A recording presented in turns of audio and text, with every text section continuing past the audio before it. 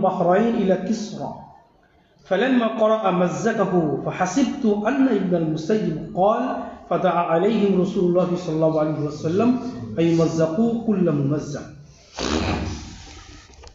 রাসূলুল্লাহ সাল্লাল্লাহু আলাইহি ওয়াসাল্লামের সঙ্গে মক্কার কুরাইশের হুদাইবিয়ার সন্ধির পরে, মানে হুদাইবিয়া ট্রিটির পরেতে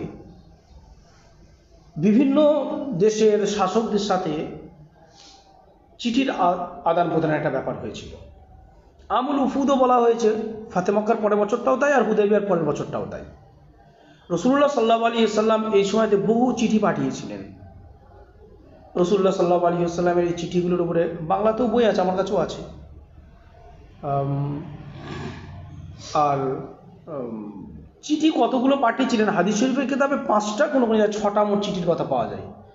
কিন্তু বিভিন্ন তারিখ শাওয়াহিদ রয়েছে যে রাসূল সাল্লাল্লাহু আলাইহি ওয়াসাল্লাম প্রায় 300 থেকে 350টা চিঠি বিভিন্ন শাসকের কাছে পাঠিয়েছিলেন। তার মধ্যে একটা চিঠি পাঠিয়েছিলেন কিসরার কাছে, রোমান কিসরা। কিসরা ও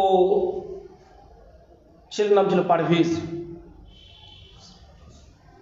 আরও অনেকগুলো নাম আছে আরো। রাসূলুল্লাহ সাল্লাল্লাহু আলাইহি ওয়াসাল্লাম যখন তার কাছে চিঠিটা পৌঁছান, তখন কিসরা ওই চিঠিটা আজিমুল বাহরাইন, যে বাহরাইনের যে শাসক, তার হাত থেকে রাসূলুল্লাহ সাল্লাল্লাহু আলাইহি ওয়াসাল্লাম ওই চিঠিটা পাঠিয়েছেন। একজন সাহাবীর মাধ্যমে বাহরাইনে পাঠান, সে কিসরার কাছে। কিসরার পক্ষ থেকে ও বাহরাইনের গভর্নর ছিল, সেই হিসাবে রাসূলুল্লাহ সাল্লাল্লাহু আলাইহি ওয়াসাল্লাম ওনার মাধ্যমে চিঠিটা পাঠিয়েছিলেন। চিঠিটা রাসূলুল্লাহ সাল্লাল্লাহু আলাইহি ওয়াসাল্লাম যখন ওনার কাছে ওর কাছে যখন পড়া হয়, তখন ওই চিঠিটা কিসরা ছিঁড়ে ফেলে দিয়েছিল। কিসরা কাইসার এ সম্পর্কে আমি ওই মানে আবু সুফিয়ান রাদিয়াল্লাহু আনহু হাদিসের ওই জায়গাটাতে বলে দিয়েছিলাম। রাসূলুল্লাহ সাল্লাল্লাহু আলাইহি ওয়াসাল্লাম ওই সময়ে তার কিসরার বিরুদ্ধে বদদোয়া করেছেন, আল্লাহুম্মা মাজ্জিক বালাদাহু কামা মাজ্জাকা রিসালাতি। এটি রিওয়ায়াত এটা আছে, আর এক জায়গায় আছে আল্লাহুম্মা মাজ্জিকহু কুল্লা মুমাজ্জাক কামা মাজ্জাকা রিসালাতি, যে আল্লাহ তার সাম্রাজ্যকে আপনি ওইরকমভাবে টুকরো টুকরো করে দিন যেমন করে সে আমার চিঠিটাকে টুকরো টুকরো করেছে। এখানে বলা হচ্ছে বাবের যে সম্পর্ক, সেটা হচ্ছে যে রাসূলুল্লাহ সাল্লাল্লাহু আলাইহি ওয়াসাল্লামের যে চিঠিগুলো ছিল সেগুলো দাওয়াত, একটা ইলম, যেগুলো একটা জায়গা থেকে আরেকটা জায়গায় পৌঁছানো হয়েছে চিঠির মাধ্যমে। এখন এর ফলস্বরূপ কি হলো? এই চিঠিটা ছিঁড়ে ফেলার মাস 6 পরেতে কিসরার ছেলে কিসরাকে বিষ খাওয়ায়। কিসরাকে এমন একটা বিষ খাইয়েছিল যে কিসরার সঙ্গে সঙ্গে মরে গেছে তা নয়, কেউ যেন শরীরে একটা কিছু ফুটিয়ে দিয়েছিল, যেখান থেকে শরীরে বিষ দিয়ে দিয়েছিল, এবং সেই বিষটা এমন ছিল যে ধীরে ধীরে কি হয়ে যাবে, ও মারা যাবে। এই উদ্দেশ্যে এটা করেছিল যাতে ও কি হতে পারে, শাসক হতে পারে। কথা বুঝলে? যাতে ও শাসক হতে পারে। মাস 4-5 কেটে যাওয়ার পর, মানে ওই বিষটা খাবার কেটে যাওয়ার পরে ও বুঝতে পারলো যে আমি এবার মারা যাব, এবং ওর কাছের মন্ত্রীরা বললো যে এই কাজটা তোমার ছেলে করেছে। কথা বুঝলে? এই কাজটা তোমার ছেলে করেছে, কারণ সে আমাদেরকে এটা জানিয়েছিল যে তোমরা আমার বিরুদ্ধে যাবে না, আমরা তোমাদেরকে তোমাদের পথেতেই মানে যেরকম আছে সেরকম বহাল রেখে দেব।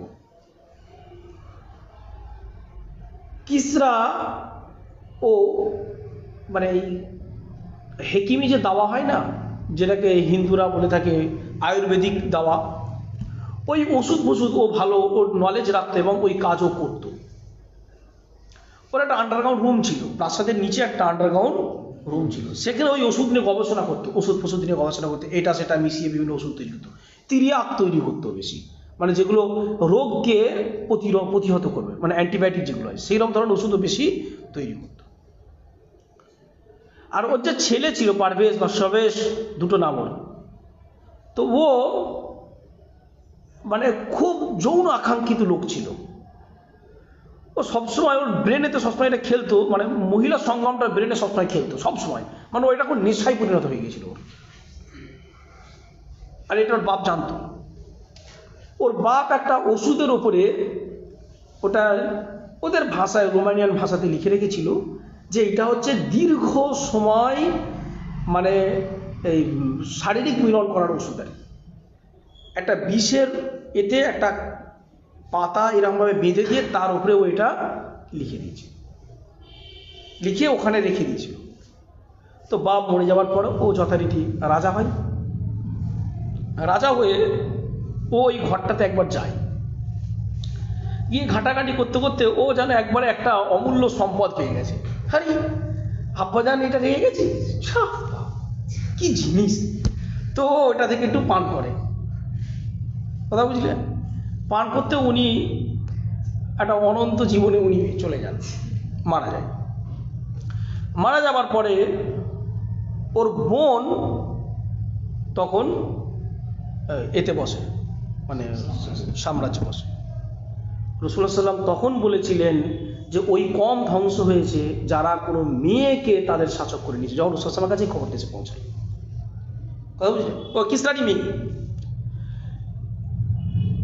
তারপরে ওমর রাদিয়াল্লাহু আনহুর সময়তে ওই রোম বিজয় ঘটে, কিসরার সাম্রাজ্য বিজয় ঘটে। এইরকমভাবে রাসূলুল্লাহ সাল্লাল্লাহু আলাইহি ওয়াসাল্লামের ওই পদ্মটা কাজে হয়, এবং ওই বিজয় হওয়ার আগেই ওরা টুকরো টুকরো হয়ে বিভিন্ন মন্ত্রীরা, বিভিন্ন আরও আলা চামচারা, তারা বিভিন্ন ছোটো ছোটো ছোটো ছোটো সাম্রাজ্যে দেশটাকে ভাগ করে নিয়েছিল। তারপরে এক চান্সে ওমর রাদিয়াল্লাহু আনহুর সময় ওটা বিজয় ঘটে। বাপের সঙ্গে সম্পর্কটা হচ্ছে যে রাসূলুল্লাহ সাল্লাল্লাহু আলাইহি ওয়াসাল্লাম একটা এলাকা থেকে আরেকটা এলাকায় চিঠি করে কি করেছিলেন, প্রেরণ করেছিলেন, আদান প্রদান করেছিলেন। وبه قال حدثنا محمد بن مقاتل أبو الحسن قال حدثنا عبد الله قال أخبرنا شعبة قتادة عن أنس بن مالك رضي الله عنه قال كتب النبي صلى الله عليه وسلم كتابا أو أراد أن يكتبا فقيل له إنهم لا يقرؤون كتابا إلا مكتوبا فاتخذ خاتما من فضة نقشه محمد رسول الله كأني أنظر إلى بياضه في يده فقلت لقتادة من قال نقشه محمد رسول الله قال أنس। এখানেও রাসূলুল্লাহ সাল্লাল্লাহু আলাইহি ওয়াসাল্লাম ওই চিঠির ব্যাপারটাই আছে। যখন রাসূলুল্লাহ সাল্লাল্লাহু আলাইহি ওয়াসাল্লাম চিঠি লেখার ইচ্ছা করেছিলেন যে কোনো জায়গাতে, কাতাদা ইবনে দিয়ামা রেওয়ায়াতটা করছেন, শুআবা তার ছাত্র শুআবা ইবনে হাজ্জাজ।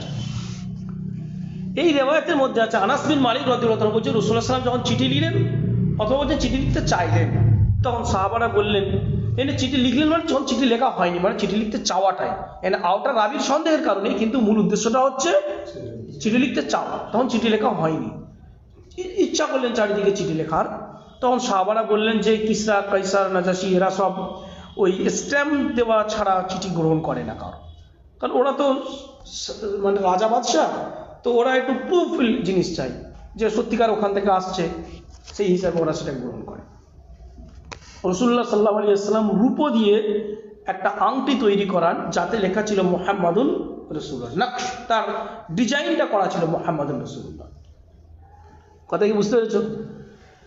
এখন যে ছবিটা বিভিন্ন জায়গায় দেওয়া থাকে, দেব ওই আংটির ছবিটাতেই বুঝতে পারছে মোহাম্মদ রাসূলুল্লাহ লেখা আছে, কিন্তু আসলে ওটা উল্টো করে লেখা ছিল, ওটা স্ট্যাম্পটা পড়লে তবে ওটা মোহাম্মদ রাসূলুল্লাহ লেখাটা আসবে। তো ওইটা আংটিটার ছবিটা নয়, আসলে স্ট্যাম্পের ছবি। কথাটা বুঝলেন? ওইরকমভাবে লেখা ছিল জিনিসটা। রাসূলুল্লাহ সাল্লাল্লাহু আলাইহি ওয়াসাল্লাম ওটাকে ডান হাত এবং বাম হাত উভয় হাতেই পড়েছেন। শোভা বলছেন আমি কাতাদাকে জিজ্ঞাসা করেছিলাম যে ওই নকশটা যে মুহাম্মাদুর রাসূলুল্লাহ ছিল এটা আপনাকে কে বলেছিল? তখন উনি বললেন যে এটা আমাকে আনাস বিন মালিক রাদিয়াল্লাহু তাআলা আনহু উনিই বলেছেন। আনাস রাদিয়াল্লাহু রিওয়ায়াত বর্ণনা করার সময় এটা বলেছেন কাআন্নী আনজুরু ইলা বায়াদিহি ফি ইয়াদিহি, যেন আমি এখনো রাসূলুল্লাহ সাল্লাল্লাহু আলাইহি ওয়াসাল্লামের হাতে তার শুভ্রতাকে দেখতে পাচ্ছি। মানে যে চকচক করছে আংটি রাসূলুল্লাহ সাল্লাল্লাহু আলাইহি ওয়াসাল্লামের হাতে, রাসূলুল্লাহ সাল্লাল্লাহু আলাইহি ওয়াসাল্লামের হাত, তাতে একটা আংটি আছে, তার হাতে সৌন্দর্য বৃদ্ধি হয়ে গেছে হয়তো, আবার সে আংটিটার যে সৌন্দর্যটা, যে সাদা সাদা ভাবটা, সেটা যেন আমি এখনো দেখতে পাচ্ছি। এখানেও বাবের সঙ্গে সম্পর্কিত ব্যাপার হচ্ছে রাসূলুল্লাহ সাল্লাল্লাহু আলাইহি ওয়াসাল্লাম বিভিন্ন জায়গাতে চিঠি পাঠিয়েছিলেন, আর তাতে যেগুলো লিখছেন সেগুলো সব ইলমেরই অংশ। দাওয়াতের এগুলো সব কিসের অংশ? ইলমের অংশ। একটা জায়গা থেকে আরেকটা জায়গায় লিখিতভাবে ইলমের আদান প্রদানের বিষয়টার সঙ্গে হাদিসটা সম্পর্কিত। এখানে একজন রাবি আছে সাঈদ ইবনে মুসাইব, আগের ব্যাপারে ভুলে ওটা বলতে রয়ে গিয়েছিল, উনি হচ্ছেন হয়তো আবু হুরায়রা রাদিয়াল্লাহু আনহু জামায়, বুঝলে? সাঈদ ইবনে মুসাইব হচ্ছেন আবু হুরায়রা রাদিয়াল্লাহু আনহুর জামায়। বাবু মান কাদা হাইথু ইয়ানতাহি বিল মাজলিস ওয়া মান রাআ ফুরজাতান ফিল হালকাতি ফাজালাসা ফিহা। মজলিসের একটা আদব হচ্ছে কোনোরূপ বিশৃঙ্খলা সৃষ্টি না করা। কোনো জায়গায় যদি ইলমি মজলিস থাকে তাহলে তার একটা আদব হলো কোনোরূপ বিশৃঙ্খলা সৃষ্টি না করা, প্রথম এটা আদব। দ্বিতীয় হচ্ছে শুরু থেকেই এমনভাবে বসা যেন কোনো স্থান ফাঁকা না থাকে। তারপরের আদবটা হলো যে কথাটা বলা হচ্ছে সেই কথাটাকে খুব আগ্রহের সঙ্গে শোনা এবং তার ইমাজিনেশন জেহেনের মধ্যে সেটাকে নিয়ে ভাবনা চিন্তা করা। কথাই বুঝলি? ওনার সাথে কানে কথা আসলো কিন্তু কি বললো খেয়াল থাকলো না, কারণ হচ্ছে ওই যে আগ্রহীতাটা, যেটা মনের ভিতরে যে চিত্রাঙ্কনটা সেটা হচ্ছিল না বলে ওটা মাথা থেকে, মানে ওটা কানে আওয়াজটা আসলেও ওটা ছেড়ে গেল, মনে হয় কথাটা ছেড়ে গেছে, কারণ আওয়াজ কানে এসেছে কিন্তু কি বললো সে, কারণ ওই যে চিন্তাঙ্কন যেটা, চিত্রাঙ্কন যেটা, সেটা মাথাতে করা হচ্ছে হয়নি। একটা চিত্রাঙ্কন করতে হয় যেটা এইরকম ধরনের হতে পারে। এর অর্থ নয় যে তোমরা একটা সাহাবা বা রাসূলদের ছবি মাথায় মারবে, মানে সিচুয়েশনটাকে ইমাজিনেশন করা। আরেকটা বিষয় হলো যদি কেউ আসে তাকে বসার জায়গা করে দেওয়া। এটা হলো যারা আগে থেকে আছে তাদের। যারা আসছে তাদের কর্তব্য হলো সামনে জায়গা থাকলে সেটাকে পূর্ণ করা, আর জায়গা না থাকলে যেখানে জায়গা পাবে সেখানে বসা, কিন্তু মজলিস ছেড়ে চলে না যাওয়া। ইমাম বুখারী রাহমাতুল্লাহ বাবটা এখানে এনেছেন এই হিসাবেতেই যে ইলমি যে মজলিসগুলো হবে সেখানে যেখানে মজলিস শেষ হচ্ছে সেখানেও বসা যেতে পারে, যদি কোনো ফাঁকা জায়গা পাওয়া যায় সেখানেও বসা যেতে পারে। এরকম নয় যে সামনে ফাঁকা জায়গা আছে কিন্তু সামনে না গিয়ে ওইখানে বসা আছে, মনে করছে সামনে বসা হয়তো ঠিক হবে না, এইরকম ব্যাপার নয়। যদি ফাঁকা থাকে তাহলে সামনে এসে বসতে পারে। ওই ব্যক্তি যে ব্যক্তি যেখানে মজলিস শেষ হচ্ছে সেখানে বসেছে, অথবা সে একটা ফাঁকা জায়গা দেখতে পেয়েছে সামনে হোক বা যে কোনো জায়গায় হোক সেইখানে গিয়ে বসেছে।